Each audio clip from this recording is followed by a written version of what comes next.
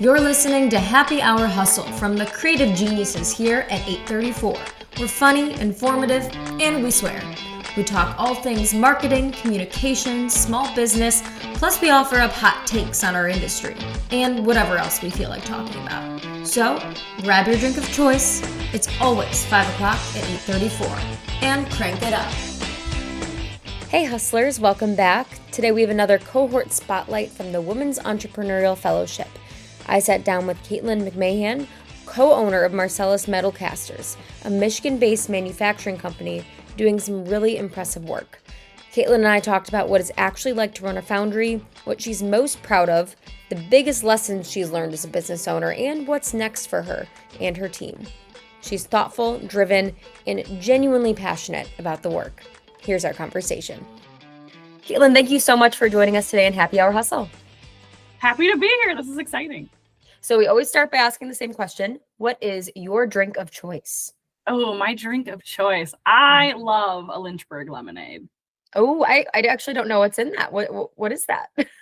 Yeah, so it's Lynchburg, Tennessee. So it's Jack Daniel's whiskey with like lemonade. Some people make it with like a lemon lime soda, but it's delicious. It's sweet, sugary, and refreshing.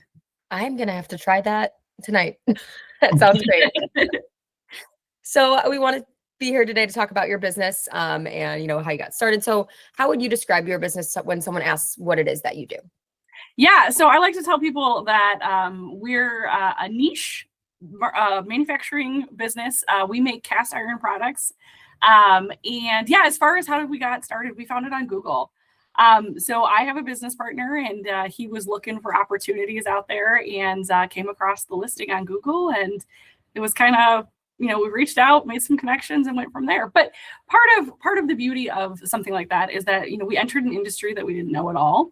And it was really, really a great opportunity to work with somebody who was kind of at the end of their career, ready to go into retirement. And he kind of did a huge knowledge transfer for us. So I think a lot about like when people get into businesses, how they pick different things and, do you build something from the ground up or do you buy? And it was just an excellent opportunity to buy something, kind of start with something that was already ready to go. And I think that that's intimidating to a lot of people when they think about starting out, but it is an option. It worked for us. Absolutely. And it's building on, a legacy. And what has been energizing about, taking something on, then being able to grow it and build it? Yeah. So that was one of the reasons that the previous owner was looking to sell. He said, I think the next step is growth, and I'm not really willing to stick around to do that. And we took that as inspiration. So since we bought it, we bought another company to kind of supplement it and help it grow in that regard. But we've also bought a building. We're in the process of moving. We've increased the size of the team. We've increased wages. Like we've just really taken that as like a stepping stone. And you think like he put 20 years into it. Now we get to put another 20 into it. So it's super energizing. That's awesome. And you just said a lot of things that are something to be proud of, right? But what would you say is the thing that you've been most proud of at this point since buying that business? Boy, it's hard because there's professional wins. There's like the day that you make the product that, nobody, every other foundry in the industry said, oh, we can't do it. But then there's also, like the professional wins from the other side where we won top company or 50 companies to watch in Michigan back in 2022, which at the time we didn't think was a big deal until we got to the gala and saw how big of a deal it was. So there's a lot of different elements. I think the thing that I'm most excited about though is actually watching my people. Some of them have never had savings before. Some of them have never seen themselves as being able to do anything. They thought, oh, I couldn't graduate high school. I couldn't do this. I couldn't do that. And we've really tried to give people an opportunity to learn and develop their skills. And then ideally use that as like a stepping stone to keep either growing with us or growing with somebody else. So I think those are the ones that like tug at your heartstrings the most. Absolutely. And, it is an industry that not a ton of people know about, especially if they're not involved in it, even, tangentially, anything like that. What is it that you did to help your business stand out from other foundries and other things, especially coming in, not really knowing that industry as much? Yeah. So my background is in engineering, but not manufacturing. And so we spent kind of like the first year trying to learn what everybody does, like do the jobs out on the floor, work hand in hand with those guys. And there's so many reasons that that's beneficial. I mean, you get respect from your team. You understand if a piece of equipment goes down, like, how do you fix it? How was it supposed to work before it broke? Like, you get all that kind of stuff, but you also like really get a feel for how things are actually done, where you have problems and maybe things aren't flowing as well as they could be. And kind of all of that like intricacy. And so then once you got that background, now it's easier to go out to people and say, we do this differently than other foundries, and this is why, and this is the benefit of that. So we're really, really focused on small orders. We try not to do more than like 1,000 pieces of something. We're very willing to work with customers on the weird, intricate designs or complicated things, but also prototypes where maybe they're not sure that they're ready to like order 1 million of a part and they just want to make a couple, try them out, maybe make some adjustments after that. So we're super flexible with both our customers and with the types of products that we try to make. We're very diversified. We're in every industry except for like heavy automotive. We do some antique automotive stuff. But yeah, it's just kind of what sets us apart. But being able to like go out there and make a part myself is a big piece of that. So yeah, it's super cool, and we love being in our little niche.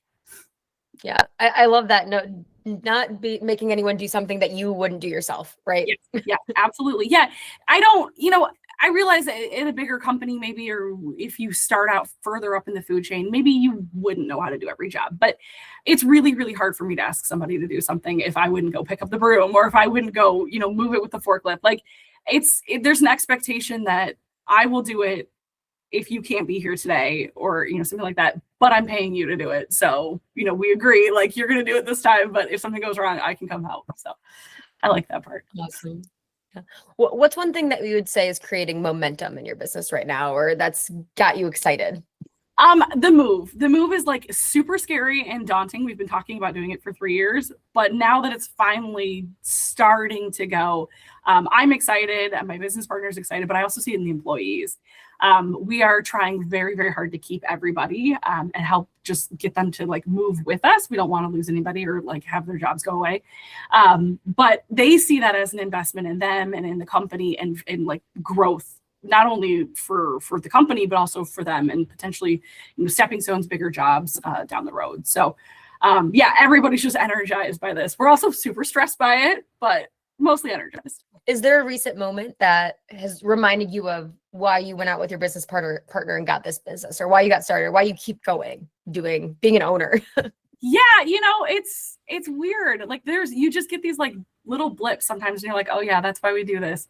Usually the holidays is a big part of it. So we're just coming off of Christmas break.